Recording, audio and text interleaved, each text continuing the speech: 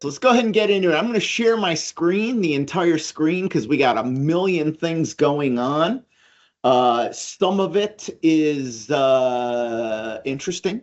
Some of it is kind of highly theoretical. Actually, let me just maximize my screen. So I'm going to pop up a couple things right out of the gate. So I got into KISS there, and then I'm also going to go into our commercial website.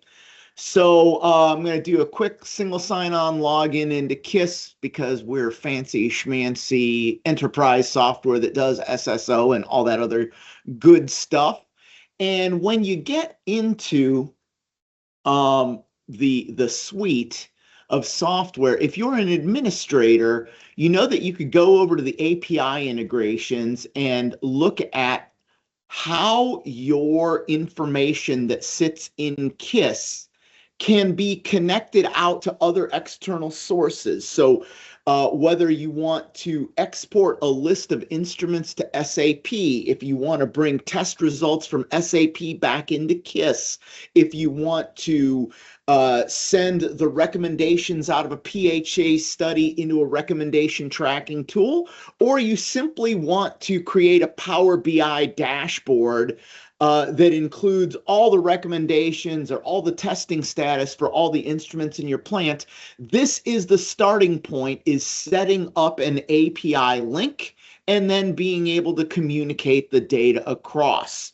So as I'm going through the presentation today, I'm going to go back into that general oil and gas operating company that I use for all my demos and training classes.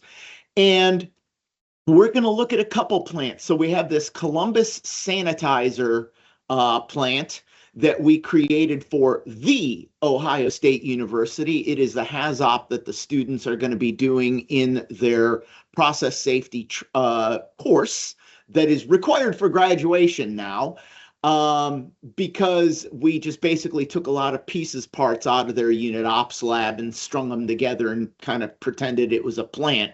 So this is the HAZOP for the hand sanitizer plant. We're basically mixing glycerol and ethanol, but we're also going to distill dilute ethanol into concentrated ethanol. Anyway, that's for the students. And then the other plant that we're going to be looking at is the Texas City gas plant separations area. We're going to be looking at that facility also, which has got a very long and storied history full of training classes and demos that we've done in the past. So these are the two studies that we're linking to. And we link to these studies by setting up APIs. And where we're going to end up, so if you go to the Kenexis database, Chris shared in the link how to get to information about our application programming interfaces. So if you go to software, application programming interfaces, this is going to tell you all about what an API is, how to use it, blah, blah, blah. But the fun part of this page is that we actually have on our commercial website a Power BI report that is actually linked to KISS. And this is something that, you know, why would you want to do this? Why wouldn't you just go into KISS and dashboard it? Well, your process safety engineers, your instrumentation and control engineers might go into KISS to do their work and do their dashboarding. But if you think the CEO is going to log into KISS, you've lost your mind. So for your higher up executives, you're going to want to create Power BI dashboards that concatenate a bunch of information and present it in a way that they can get to. So there's a web page that they can click on, and it's going to come up just like this. So those studies that I just showed you right here, if I go to the recommendations page in these studies, those recommendations are going to show up right here on this Power BI report. So what we're going to get into is, how did we get the data out of our tool into Power BI? And then how did Power BI display this information? And then we're going to end off with, now that I've got this information out of KISS, how can I use it for artificial intelligence? Because it's nice that I can get a report where I could say, okay, show me all of the recommendations from the Bayou Bay gas plant. Show me all the recommendations from the sanitizer plant. Show me all of the recommendations that are we can look at the different properties in terms of the status. So these are all the recommendations that are under review. These are all the recommendations that are proposed. These are all the recommendations and so on. So we have this information in Power BI, which is a great starting point. But now, wouldn't it be nice if I could just go into Copilot or whatever LLM your company uses and ask questions about the plant, like where is this, pressure relief valve 121? What scenario? What HAZOP scenario is that contained in? And to be able to get that information back out.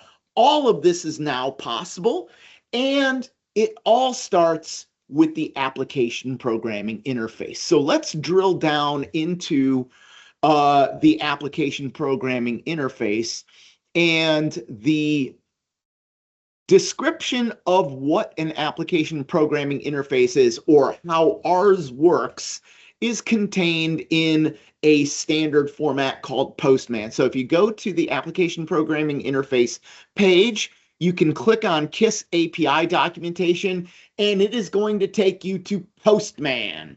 Now, if you're familiar with APIs, almost every company that exposes APIs to their tools is going to make them available in Postman, because Postman is a very valuable tool, not only to allow you to read up on what the API calls are and how they work, but also it's a test environment that's going to allow you to put in your user credentials and actually make the API calls in this test environment, and allow you to see how things work. So let me make this a little bit bigger so some of you have a chance of actually being able to read the text on the screen. So getpostman.com is where you're going to need to go, but go to the API page on our website to show you the specific place. So now, in terms of the API calls, if I could get down into the nitty gritty, what you're doing is you're sending an HTTPS request to our server, and our server is going to respond to that HTTPS request with data in the form of a JSON object, JavaScript object notation. I'll explain what that looks like and how that works, or technically Nick will do that in just a second, because Nick is our API/Power BI/data integration guy. Now, when we look at the API as a whole, there are a bunch of calls that you're going to be able to make. So the upside is you can communicate with our server and get data. The downside, if you want to call it a downside, is that you have to ask for a specific thing in a specific way, and only then will we give you the data. So if you want to see a list of all of the API calls that are available to you, that's kind of the starting point, where you're going to go in and you're going to see a list of all of the calls that are available for the different applications. Now, this list is ever expanding. I mean, we at Kenexis, we're upgrading our software at least once a week. We're adding API calls all the time. So let's start out with the authentication calls. So authentication is an important starting point, because when you're asking for data, the server needs to know that you're allowed to have the data. So in order to do that, you're going to need to get authentication tokens for you as a user. So you need to basically log in. And then you're going to need to get KXS tokens, which are tokens for a specific study. So you need to know where you're getting data from, and you need to create a token to get data from a particular study. So that's all under authentication. And then we have a basket of APIs for users, a basket of APIs for our OpenPHA tool, a basket of APIs for our Vertigo tool. So in terms of users, so if I click on the get users, you're going to see the get users call and what an example of what the data is that you're going to get back. So a call for get users is going to go to this endpoint. And then there's going to be information about your authorization, your tokens, and so on, which we'll explain in just a second. And the data that's it's going to return is going to be a JSON object that includes a list of all the users along with information about the users. So username, first name, last name, when it was created, blah, blah, blah, blah. All the data. So if I click view more, you can see all of the detail of the information that you're going to get back with that API call. Now, so that's users. Let's go into something that's a little bit more relevant to what you would need to do if you're building a Power BI database, for instance. That's kind of the example that we're looking at today, but everything that we're going to talk about is going to be applicable to if you want to talk to SAP, if you want to talk to Maximo, if you want to talk to whatever your management tracking tool is, whatever it is you want to talk to, it's all going to be done the same way with the API calls. So let's start out with a very powerful tool that is going to be relevant when I start moving into the AI part of the discussion, and that's going to be get study. So in OpenPHA, I have a study, and it looks like this, and I am manipulating and viewing the study in our user interface, which is designed to allow humans to view this database. Now, I can move this database, and database might be a strong term, it's a JSON object, I'll get into that in a second, but I can move this database to my desktop simply by clicking the export button. And I moved this OpenPHA file onto, well, I didn't move it onto my desktop. I moved it onto my downloads folder. Bear with me for a second. Okay. But I did that earlier and I moved it to my desktop. So if I double click on what I downloaded, it's going to look like this. So this is the desktop version of our OpenPHA software, which is free. Download it from our website. Free to use, always has been free, always will be free. The only thing you don't get is these premium tools. But if you look under the hood at what is happening, Kenexis is completely different from all of our competitors who are using a proprietary binary database structure that they don't want you to look at.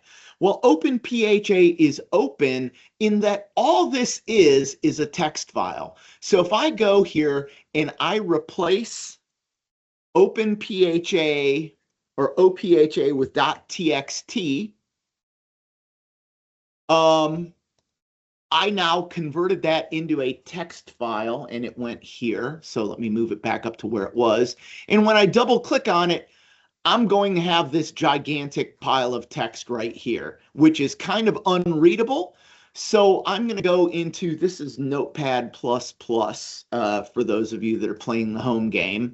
Let me make the screen full size. I'm going to go into my plugins, JSON tool, and I'm going to go to JS format. And now it's going to basically put in a bunch of spaces and carriage returns so that you can read it. So you could see that all of everything that's in our OpenPHA tool is simply a text file in the JSON object format, and the JSON object format is going to be label value.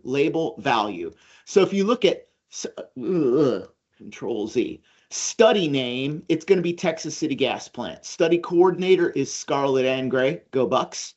PHA type is project, and so on. Now, where did this come from? So let me close this, and then I'm going to go back into the user interface view. If I go to the study data page, you'll see study data name, Texas City Gas Plant, and so on. So that's really all that's going on.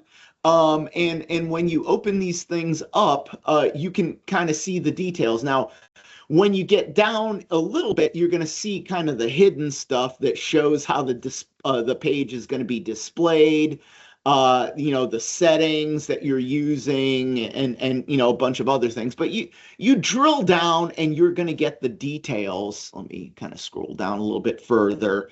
So here, for example, is a safeguard. And a safeguard is going to contain a user ID. It's going to contain a description. It's going to contain a type, a tag, et cetera, et cetera, et cetera. And the user interface kind of stitches things together to take this information, which is kind of readable by a human and kind of not readable by a human, and display it in such a way that it's going to make sense to you. But the point is, we can get this entire file that I downloaded and I'm displaying to you. We pulled that down to our desktop by coming here and hitting the export button. Well, instead of a human being coming in here and hitting the export button and bringing it down to your desktop file, you can do that instead with APIs. So now if I go back to the Kenexis API, we have an API call called get study. And when you put in the information, it is going to bring down a study with all of its information to you and allow you to do whatever you want with it. So if you write a program that's going to make this API call, and anything can make API calls. You can make API calls from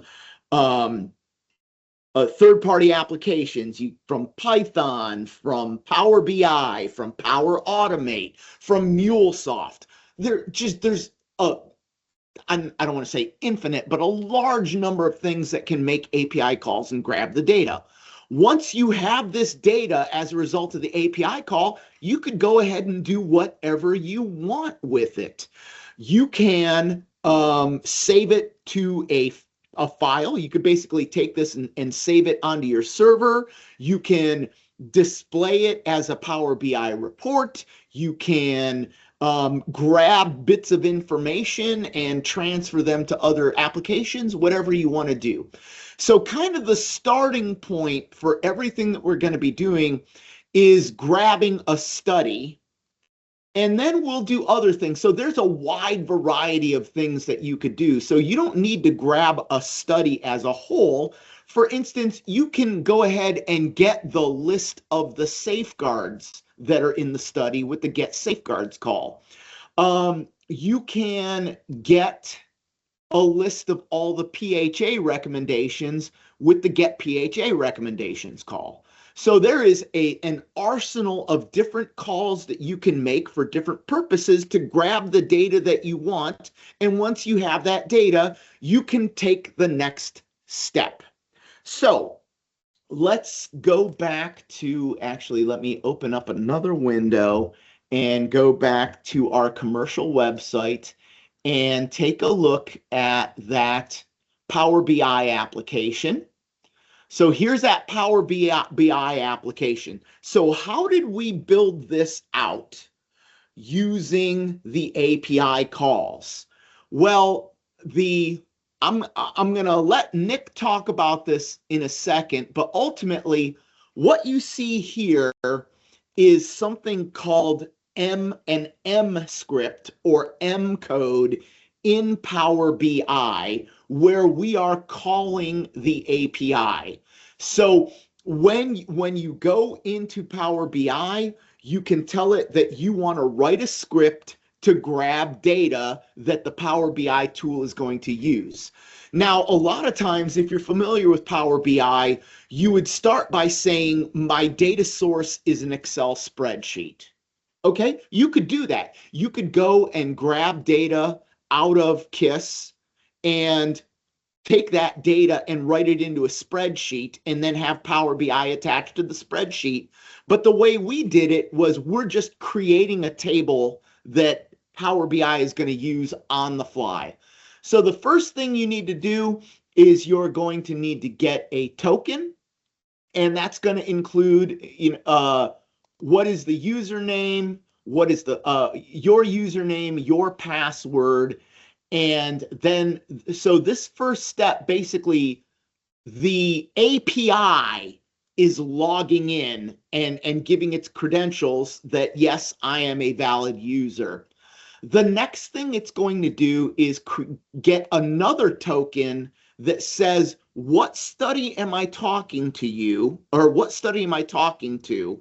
And it'll give me a secret code that basically allows me to talk to the server for 1 hour. All of this is very secure because there's we've got a 256 character, I believe, authentication token that's only valid for an hour. So that gives us, and we need both of these tokens to be able to talk to the database. Then the next thing we're going to do is get a list of all of the studies. And then after that, we're going to get a list of the studies that are of the type OpenPHA and so on. So before I delve into this more deeply, what I'm going to do is I'm going to turn the floor over and I'm going to ask Nick. Nick, can you go ahead and share your screen and get into Postman? And once you get into Postman, I am going to tell you what I would like you to do in Postman, and you can kind of explain what you're doing. All right. So Nick is in dark mode, whereas I was not in dark mode, but it's the same Postman website. So first off, Nick, if you could kind of go through the process of getting an authentication token, how you would do that? And for those of you that are kind of watching, we're going to actually, instead of writing C# code or JavaScript code, we're going to actually write the code directly in Postman and have Postman launch it. So can you go over how you would do that? Yeah, so I'm going to start with the environments tab. This is where you kind of set your variables for everything. So like my username and password for the authentication, the session token, the KXS token, all that's in here. It's all secure. It's all, blurred out or whatever. And so when you go back to your request here, make sure you have your environment set up here so you don't have to manually input anything. And then basically now I can just hit send here and it will generate a token, which then you highlight the token, right click, set as variable, and now that's our session token. And as he said, that will last an hour. Okay. And you'll see that that is a very long text string. All right, so let's now go to the next thing that we're going to do is go into OpenPHA and let's pull down an entire study and see what that looks like. So, or do you need to get another token first? Yeah, okay. Oh, you got the authentication token. Now you need to get the session token. Or that was the session token. Oh, now we need the study token. Study token. Okay. So once again, we already have all the information. I set the session token a minute ago. So now here's all the studies that I have in my API integration, and they're all just marketing dummy studies. So we'll go ahead and use the sanitizer one that we talked about. Highlight that. Set that as our KXS token. Okay, so let me real quick. So in your program, whether you're writing JavaScript or C# or you're using Power BI, M scripts, whatever, right up in the right by where the send button is on this page to the left-hand side, that is the text string. So HTTPS, domain, API, auth, KXS token, that is the information that's getting sent to the server, to the Kenexis, kiss.kenexis.com. That's what you're sending. And what it's returning is that JSON object that you see down at the bottom. So you send it the string next to the send button, and it's going to return the string. It's string. It's just text that you see down at the bottom. It's nicely formatted for you to make it easier for a human to read, but this is what you're getting back. Okay, continue on. Okay, so now that we have our study token, we can go into OpenPHA folder. Let's just get study for now.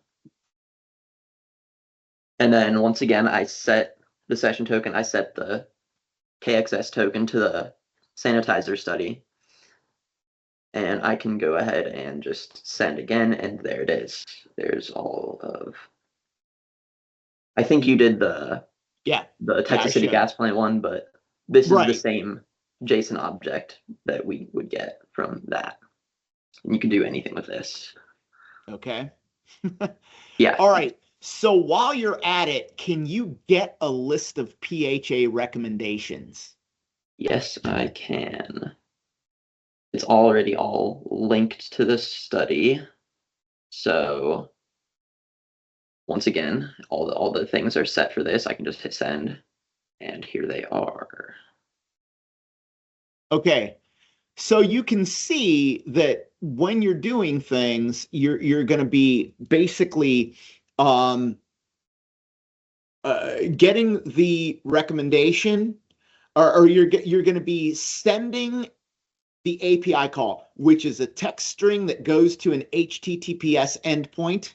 And when you send that, it's going to return the text string that is the JSON object. And once you have the JSON object programmatically, you can do anything you want with it. So we at Kenexis, unlike all of our competitors, are very open about what we're doing. That's why we call it OpenPHA. That's why we make the desktop version available for free. We want everyone to be able to use this data structure for any purpose you could possibly dream up. And we're going to be dreaming about AI in just a second, but right now we're dreaming about doing a dashboard in Power BI. So now that you've seen Postman and how the API calls work, let's go into Power BI, and I'm going to reclaim the screen. I'm going to let Nick go into Power BI and kind of show you a little bit of the details of how it works. But this is the end report that we want Power BI to display. So when you're generating a report in Power BI, the first thing you need to do is you need to create a data set. Think in your mind spreadsheet. I need to create a data set that Power BI is going to display against. So how do I create this spreadsheet? Well, I can tell it, go look at this spreadsheet in the file location. But what we're going to do is more time efficient, more compute efficient. We're going to create the data set on the fly. And we create the data set on the fly using M code. So Nick will show you this in just a second, but when you go into Power BI, you're going to say, I want to create my data set with a script, and then it's going to bring you into the M code editor, which you're looking at some M code right now in Notepad++. But if you look at it in the editor, it's the same thing. So the same way Nick was stepping through those API calls, you will write code that will automatically step through those API calls. So the first thing we did was get an authentication token by providing our username and password. It's going to send us a token back saying, yes, you are an authorized user of the software. The next thing we're going to do is we are going to get a list of the studies that are exposed to the API so that we could get their tokens. So give me a list of the studies that have APIs. Then we're going to basically sort those studies to which of those studies are open PHA, because in this report, we're only listing PHA recommendations as opposed to you can put recommendations into a Vertigo study for SIS lifecycle management and grab those. But right now, we're only looking at the open PHA files. So this chunk of code is saying just look at the open PHA studies. And then we're looking for things with IPL credits. That's I'm kind of getting into the weeds about why the API credits are necessary. Yeah, Nick? go back up. Sorry. Yeah. So yeah, this section of code here, the step 4 part is, so yeah, it's looking for the open PHA studies, but then it's also tagging them with the facility and unit, because your study name is what's getting pulled through in that token API call, but that's not always going to be what you would like think of as what you're doing. So we had it tagged with facility and unit, and then that will also come in handy for drilling down in fields in Power BI. Okay. Okay, so then the next thing we're going to do, the next step is basically here we're basically, correct me if I'm wrong, Nick, we're grabbing all the recommendations for all of the studies that are in our list. Is that correct? Yes. So that's actually Okay. doing multiple different API calls. It's doing the LOPA recommendations, the PHA recommendations, the checklist recommendations, and then tagging them with a property that says this is a PHA recommendation, this is a LOPA recommendation. So yeah, that's getting all that data, parsing out that object, Okay. and making a list. So, yeah, I mean, basically the way to think about it is it's grabbing that JSON object and we're starting to take all that data, format it the way we want it, and create a list. We're creating a new list because in KISS, there was a list associated with PHA recommendations, a list with LOPA recommendations, and a list with checklists. And what this code is doing is it's combining all three of those lists together into effectively one spreadsheet, if you will. Then we're doing a little bit more data manipulation here. Yeah, combine all those separate lists into a single list. And then we're doing some column renaming because the names like this that you see in our database are not very amenable to humans. So instead of PHA underscore recommendation underscore priority, we're just going to call that priority. All right. So at the end of all this, now Power BI effectively has a spreadsheet. Now that Power BI has a spreadsheet, you can use the widgets in Power BI to build up different charts and graphs and tables that are going to be editable on the fly. So I'm going to stop sharing, and Nick, I'll go ahead and let you show your screen for what this Power BI editor looks like. All right, give me a second.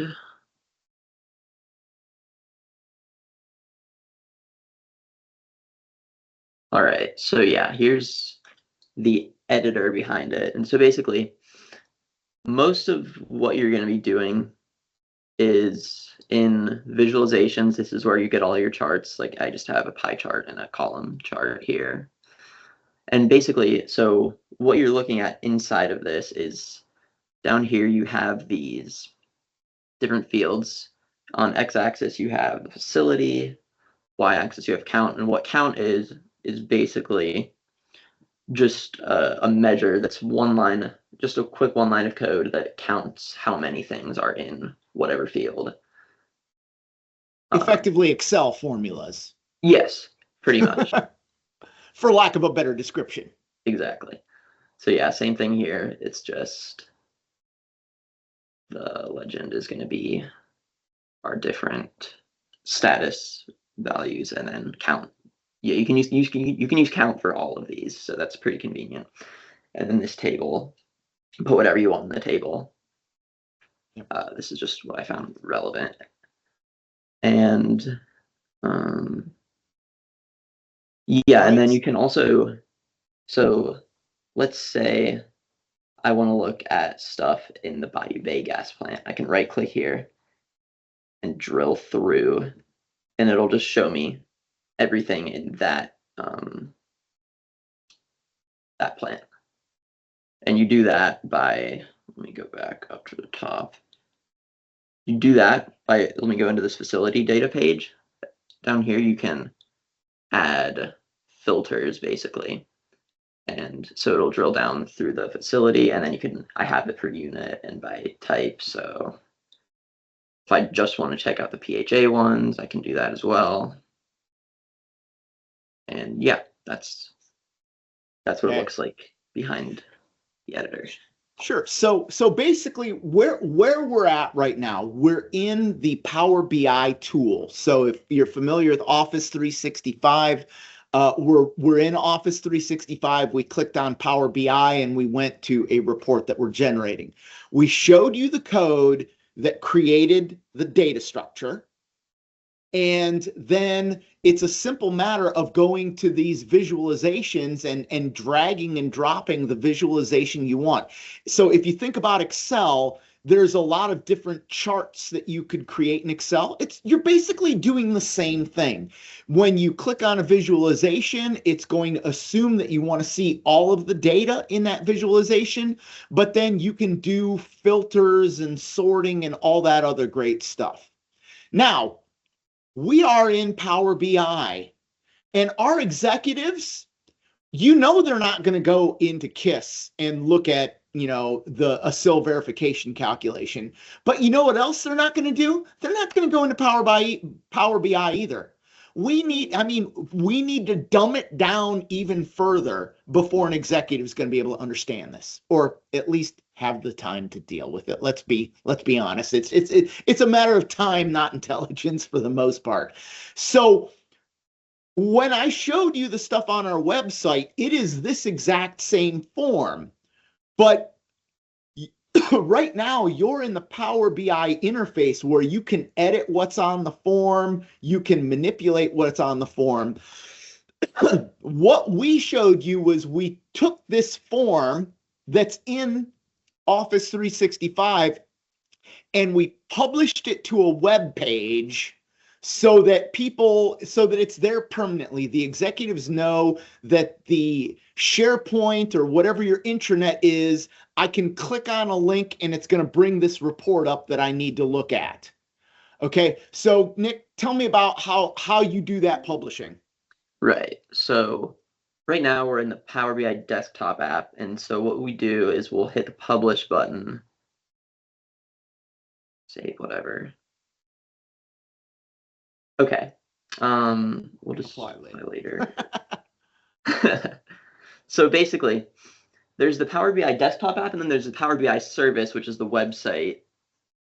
That's where you can post links and stuff. So let's just pretend we'll do this, except I won't actually because I already have it there. And basically now that will be uploaded to this workspace. And here's the exact same thing.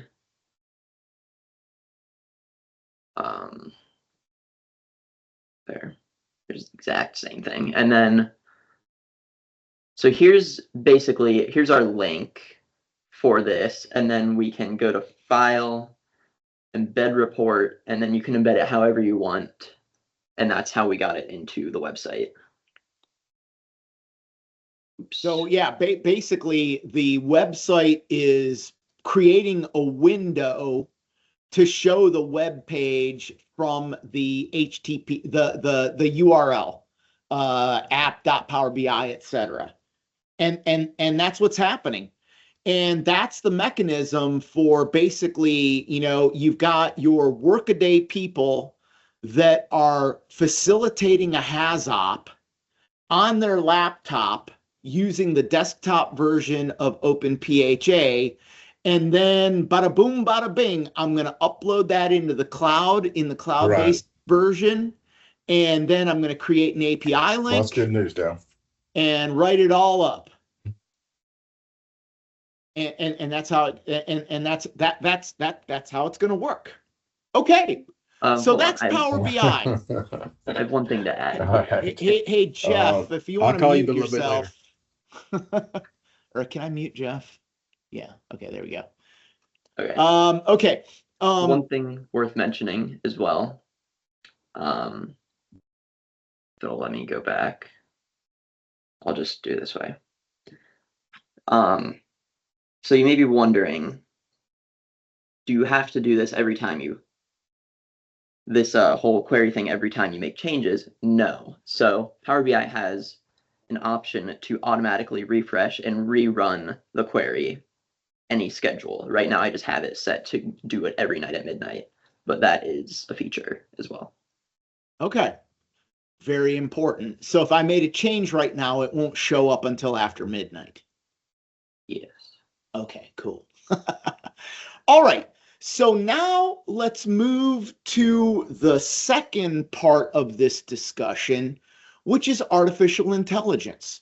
So what I would like to do is I would like to ask questions about the data that I'm looking at. And that's something that we are working on to make it very easy for you to do directly in our software. But directly in our software is not what we're talking about today. We're talking about you doing it on-prem at your facility. So how does that work? Well, let me go ahead and I'm going to share my screen now. And I'm going to log out of this. I'm going to go back into KISS right now. So we at Kenexis have already started down the road of implementing artificial intelligence. We spent the last year and a half doing deep dive research into how the AI works. Honestly, I've been doing AI. I wrote my first neural net program in 1989, while I was still at the Ohio State University and getting effectively a minor in artificial intelligence with my chemical engineering degree. Of course, I was doing this on a Macintosh, the original Macintosh, and all of my data was on 3.5-inch floppy disks. So times have changed, because if we still had the hardware that we had then, none of this would be possible. Okay, so what I'm going to do right now is, if you look at this page on the Kenexis website, up in the top right corner, we've always had the help button. But what is underneath the help button has changed, because this is where we have staged the first little bit of our artificial intelligence. So before, when you clicked on that button, it would simply send you here to our support website. Well, that's no good. Now, when you click this, you're going to go into our AI chatbot, and you can ask questions about our website, basically. And right now, everything has been trained and tuned to help you use the software. So we're not prepared yet to answer questions like, what common cause factor should I use in this situation?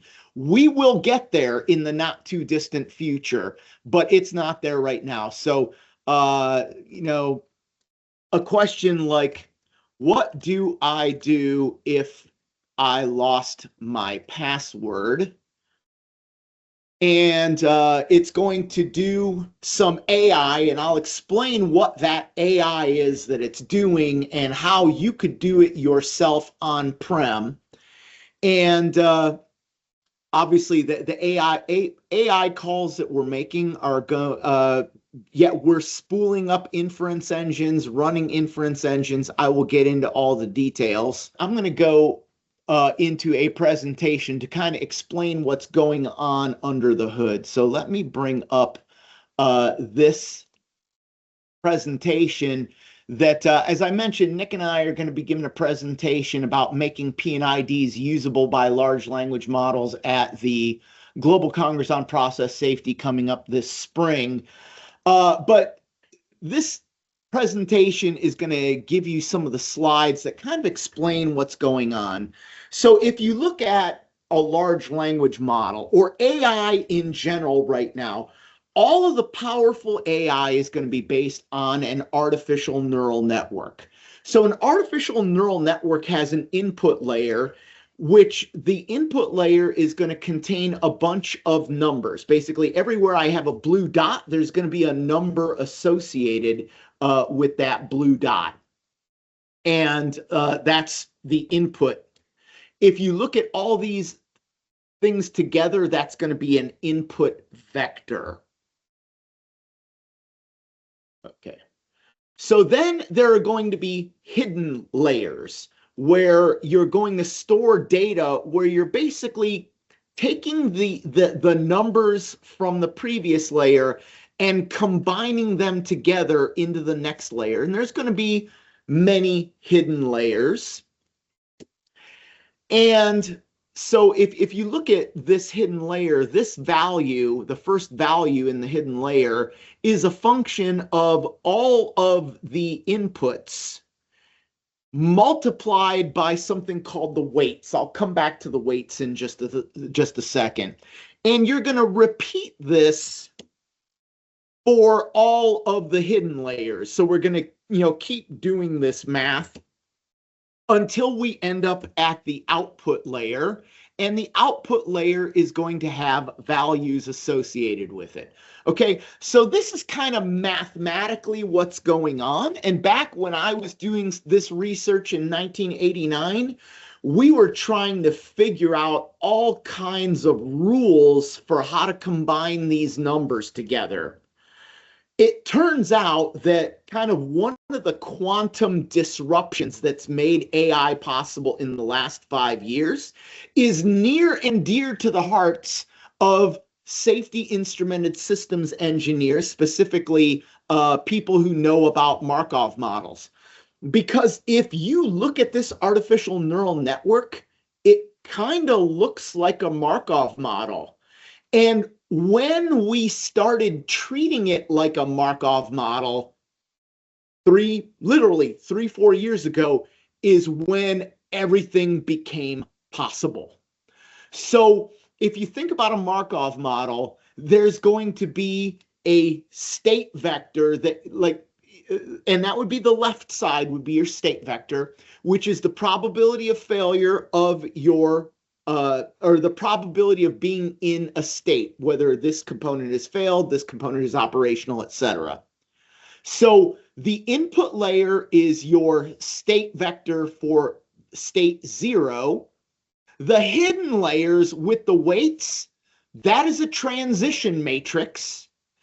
And then the output values are the state vector at time 1. So input layer is state vector at time 0. Hidden layers is your transition matrix. Output is at your state vector at time 1. So mathematically, what you're doing in this artificial neural network is just basically matrix multiplication. And Jensen Huang over at NVIDIA said, figured out, hey, we can do all of these calculations in the matrix multiplication in parallel on a video card. Instead of on an Intel CPU, you would have to do all the calculations repetitively in sequence, which is why NVIDIA has put Intel essentially out to pasture, because it can run all these calculations required to do this matrix manipulation in parallel.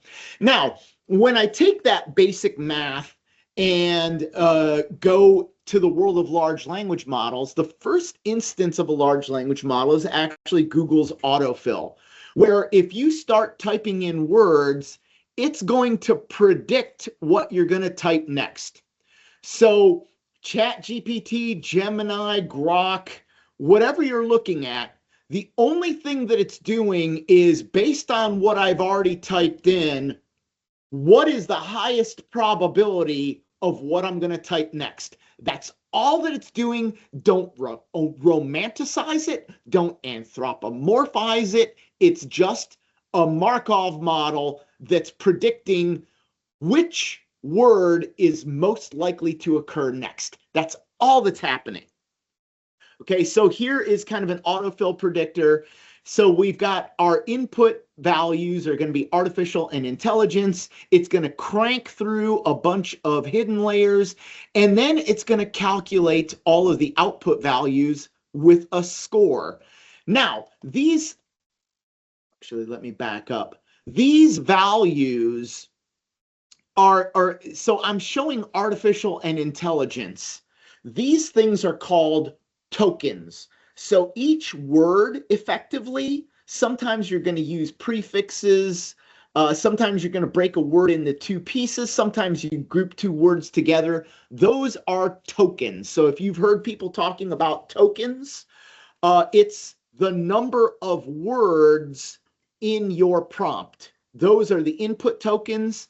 And the output tokens are, which word is, what probability is movie. So in this case, movie came first. So that token is going to have the highest probability of occurring. Now, you look at this and go, wow, man, that's pretty systematic. How come I can ask a large language model the same question twice and have it get a different answer? Well, it turns out that it's not systematic. There is deliberate randomization put into the models, and believe it or not, that randomization makes the models work better. So the predictor doesn't always give you the highest probability. Sometimes it'll give you the second highest probability. Sometimes it'll give you the third highest probability, and it does this with a random number generation scheme that doesn't always give you the highest value, which honestly, that is how humans think. There are a lot of words that mean roughly the same thing, and sometimes you'll say one word, sometimes you'll say another word, and that might change the meaning of what's going on. And that's why you could type the same thing in 2 times and not get the same answer back, because there is a bit of randomness that's spilled into this. Okay, so I apologize. This screen got all wonky because I was literally editing this 5 minutes before we started. So when you're using a tool like the one that I was showing you that's built into the Kenexis website, every word that you type in becomes a token in the input layer. And based on, and again, those the words aren't going into the neural network. Every word has a number associated with it, and that number is what's going into the tool, which is why you could do this, why you can run a Markov model. Every number is between 0 and 1, kind of like the probabilities in a Markov model, and you multiply input vector by transition by weight matrix to get the output layer is all that's happening. So that is what you would think about as a traditional prompt.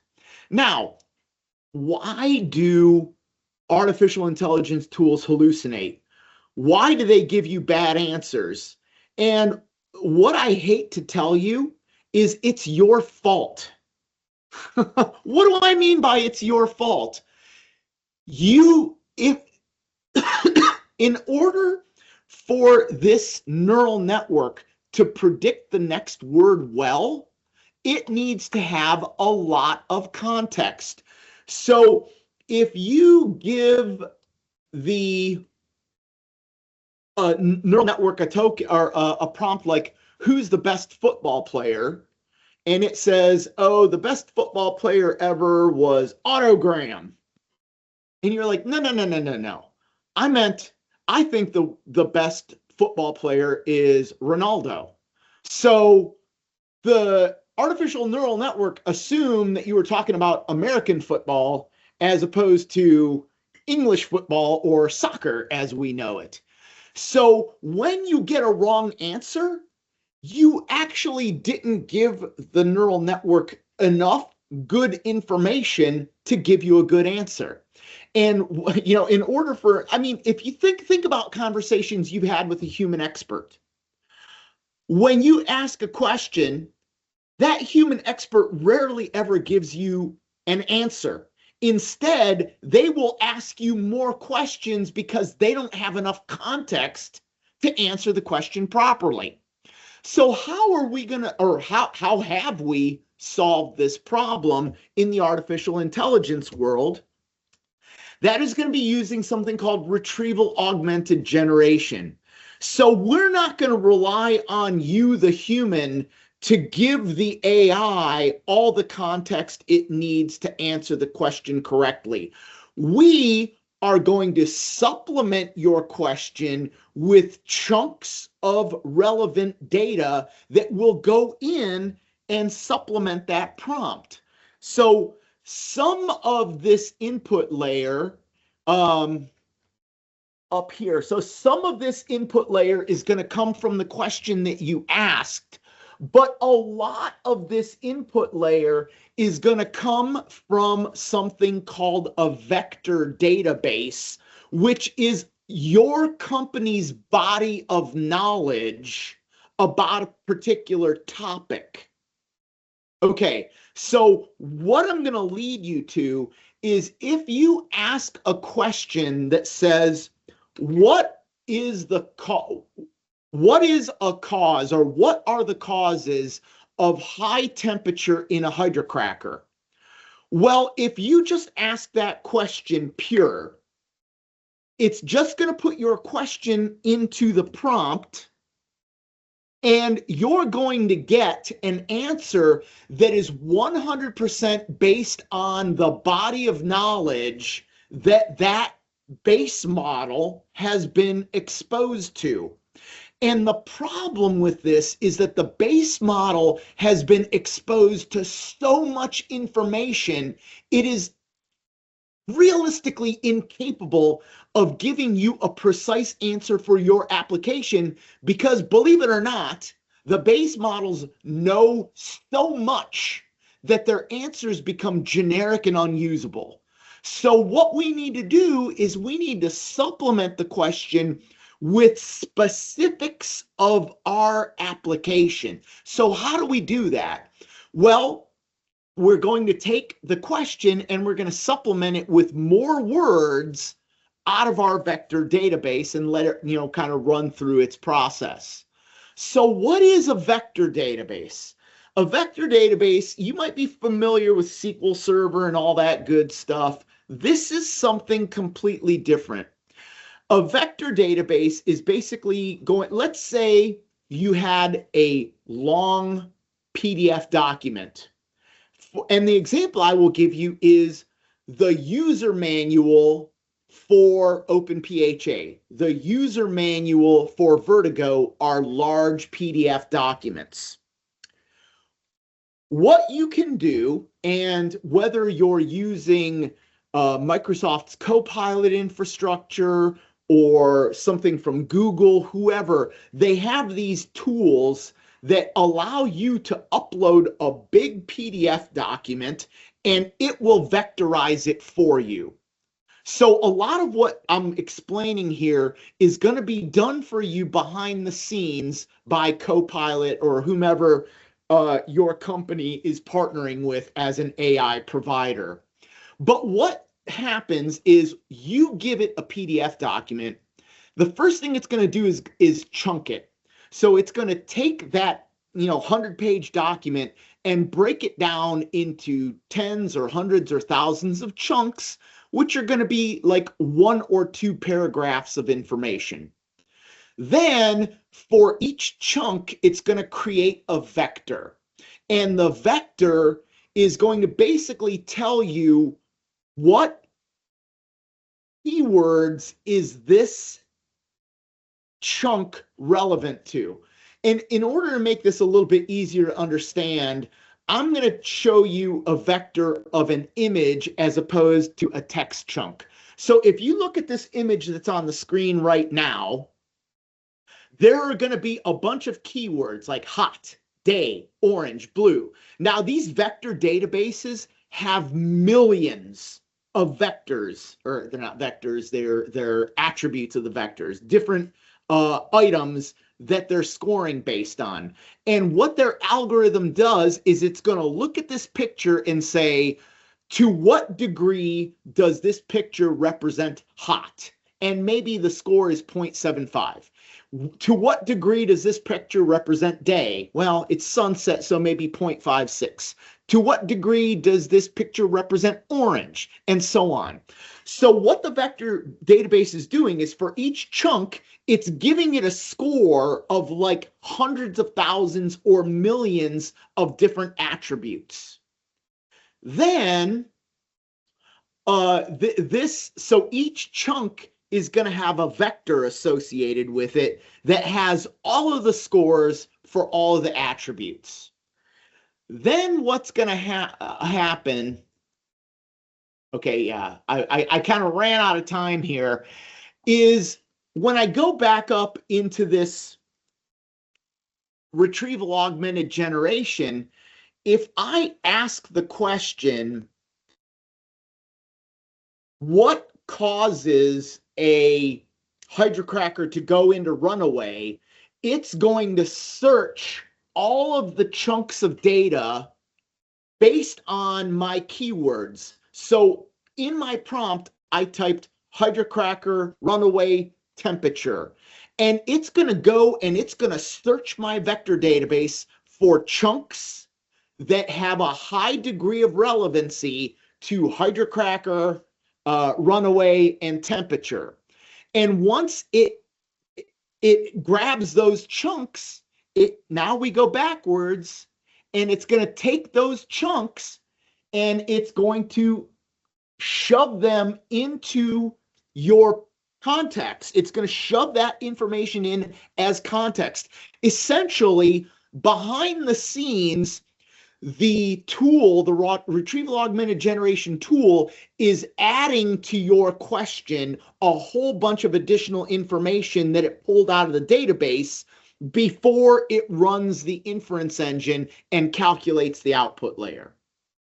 So that is the mechanism. Now, when you do that, if you went and included your KISS data into your vector database, it's going to be able to basically take information out of your HAZOP study and make that part of the context that the tool is using to provide an answer to you. And that's why when you ask, what are the causes of runaway reaction, it will read directly out of your HAZOP database and feed back to you what you said in the past was a cause of runaway reactions.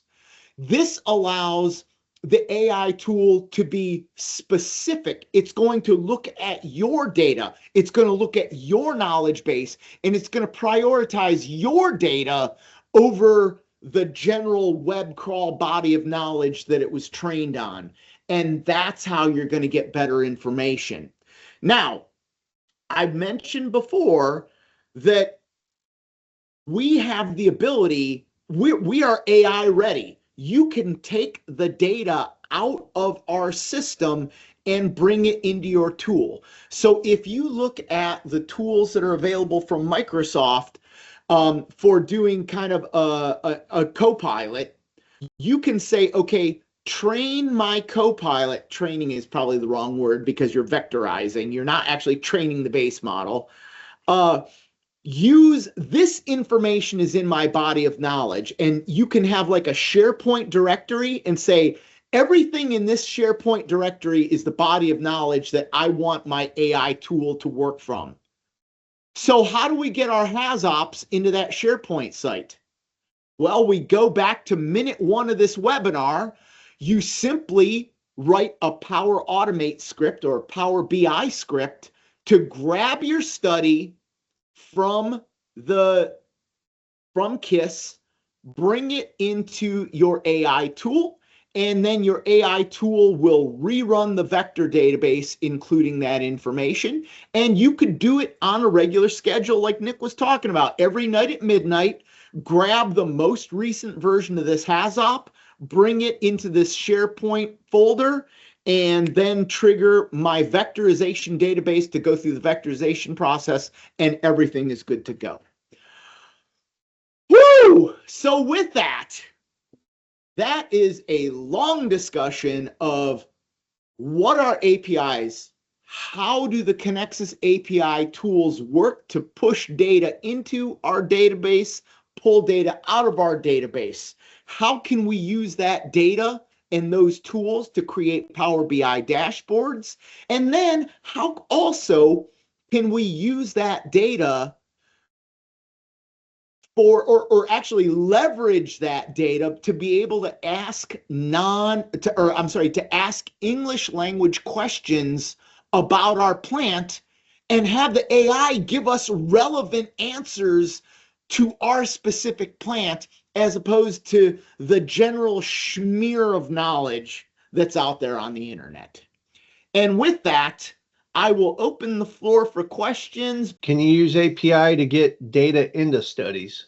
Absolutely. So let me get out of my PowerPoint slides and go back into the website. Now I'm going to go back into these APIs. So APIs do CRUD. That's right, CRUD. Well, actually, they changed the names, which really infuriates me because I liked CRUD. But CRUD means create, read, update, and delete. So if you think about a typical database record, you can create a new record, you can read the contents of that record, you can update the contents of that record, or you can delete the record. So those are the things that you're allowed to do with an API. Now, unfortunately, create got changed to get. So GRUD is not nearly as cool of an acronym as CRUD, but you get my point.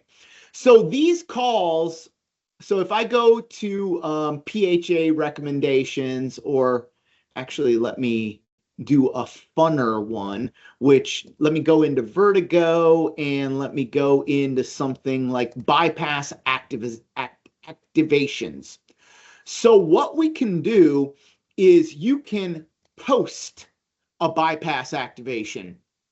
So you can get, so when I hit get, I will go in and I will get all of the bypass activations that are stored in the database. That's going to be the JSON object. But if I want to push a new bypass activation in, I use the post, I believe. Yeah, post is the create instead of the read.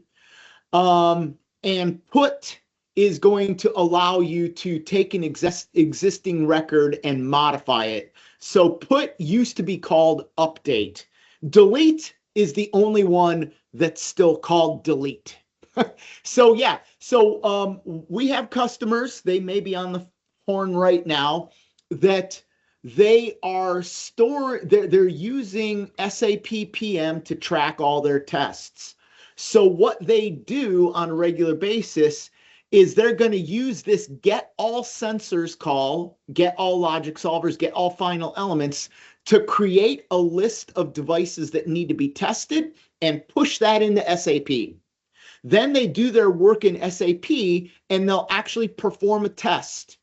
After a test has been performed, they will use the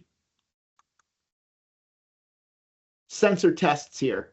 So they will use the sensor tests to take the test record data out of SAP PM and push it back into KISS.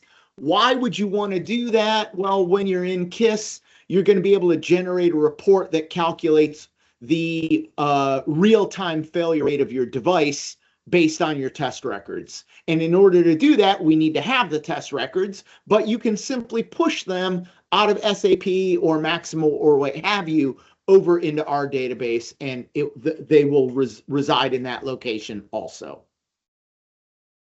So yes, pushing data in is either going to be the post or put, depending on whether you want to create a new record or you want to change the information that is in an existing record.